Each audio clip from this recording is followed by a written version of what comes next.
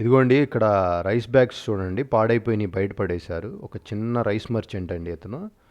ఎంత లాస్ వచ్చిందో చూడండి. ఇదొక పెద్ద రైస్ అమ్మే షాపు. వీళ్ళు కూడా తడిసిపోయిన బియ్యం అంతా కూడా బయటపడేశారు. ఒక్కొక్కటి 25 కేజెస్ బ్యాగ్ అండి ఇది. నాకు తెలిసి 1500 నుంచి 2000 దాకా ఉంటుంది దీని కాస్ట్. చూడండి ఎంత లాస్.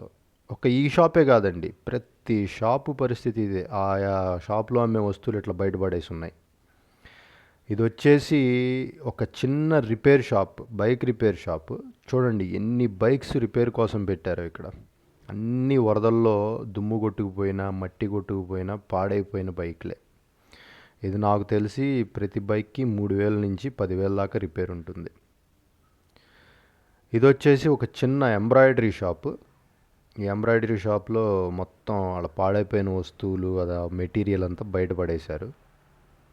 ఇక్కడ గవర్నమెంట్ ఆఫ్ ఆంధ్రప్రదేశ్ రైతు బజార్లని ఏర్పాటు చేసింది. సంచార్ రైతు బజారు. లారీలో తెచ్చి కేజీ 10 రూపాయలు ఏ కూరగాయ అయినా అమ్ముతున్నారనమాట. యాక్చువల్గా ఇదంతా కూరగాయలన్నీ ఫ్రీగానే ఇస్తుంది గవర్నమెంట్.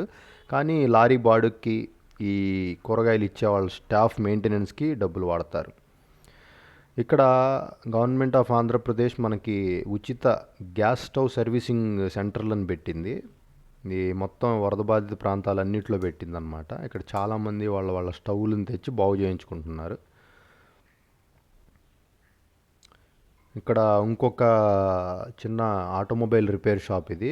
చూడండి ఇక్కడ ఎన్ని బైక్స్ ఉన్నాయో. ఒక్క ఇదే కాదండి, ప్రతి వరద బాధిత ప్రాంతాల్లో ఉన్న ప్రతి ఆటోమొబైల్ షాపు, ప్రతి మెకానిక్ ఇంతే బిజీగా ఉన్నాడు. ఇక్కడ వచ్చేసి గవర్నమెంట్ ఆఫ్ ఆంధ్రప్రదేశ్ మనకి అర్బన్ కంపెనీతో టైఅప్ అయ్యి ఈ ఇంట్లో ఎలక్ట్రిక్ గృహోపకరణాల రిపేర్లు, ప్లంబింగ్ రిపేర్ల కోసం వాళ్ళతో టైఅప్ అయింది. ఇది మనం ఆ రేట్లు అనమాట, ఇవి వాళ్ళు తీసుకునే రేట్లు. మనం కనుక అర్బన్ కంపెనీ యాప్ డౌన్లోడ్ చేసుకొని దాని ద్వారా మనం ఈ సర్వీసులన్నీ పొందొచ్చు. చక్కగా వచ్చి తక్కువ రేట్లకే మనకి ఈ సర్వీసులన్నీ చేస్తారు వీళ్ళు.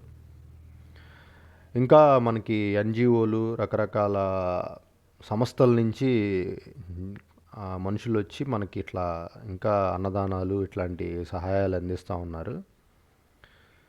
ఇక్కడ విజయవాడ మున్సిపల్ కార్పొరేషన్ వాళ్ళు పూర్తిగా రోడ్లు మొత్తం క్లీన్ చేస్తున్నారు. ఇట్లా కాలువల్లో పూడిగలన్నీ తీసేసి చాలా బిజీగా ఉన్నారు.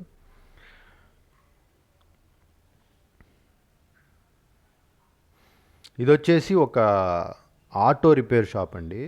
అస్సలు ఎన్ని ఆటోలు ఉన్నాయో చూడండి. చిన్న రోడ్డు సైడ్ ఉన్న ఒక చిన్న బంక్ షాప్ ఇది.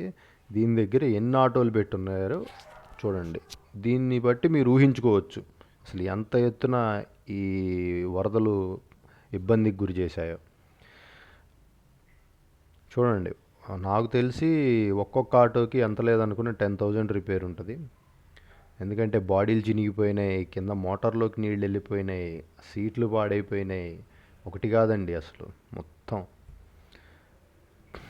వీళ్ళందరూ వెయిటింగ్ అనమాట ఈ రిపేర్ కోసం. ఇది ఒక షాపే కాదు, ఇది మెయిన్ రోడ్డు మీద ఉన్న షాపు. ఇంకా లోపలికి వెళ్తే చాలా షాపులు ఉన్నాయి. పైపుల రోడ్డు దాకా కూడా చాలా షాపులు ఉన్నాయి. మొత్తం అన్ని షాపుల పరిస్థితి ఇదే. పదుల సంఖ్యలో ఆటోలు వెయిటింగ్ రిపేర్ కోసం.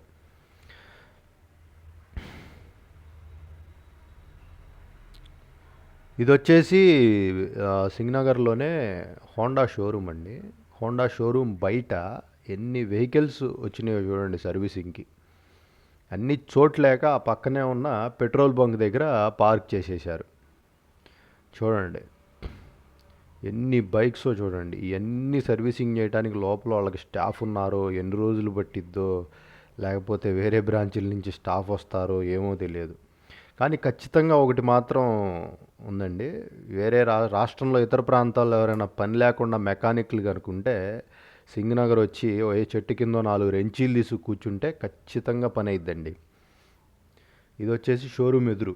చూడండి ఎన్ని బైక్స్ ఉన్నాయో చూడండి. అసలు ఇవన్నీ రిపేర్ చేయడానికి ఎన్ని రోజులు పడుతుందో చూడాలి. సరే, ఈ వీడియో నచ్చితే సబ్స్క్రైబ్ చేయండి, షేర్ చేయండి.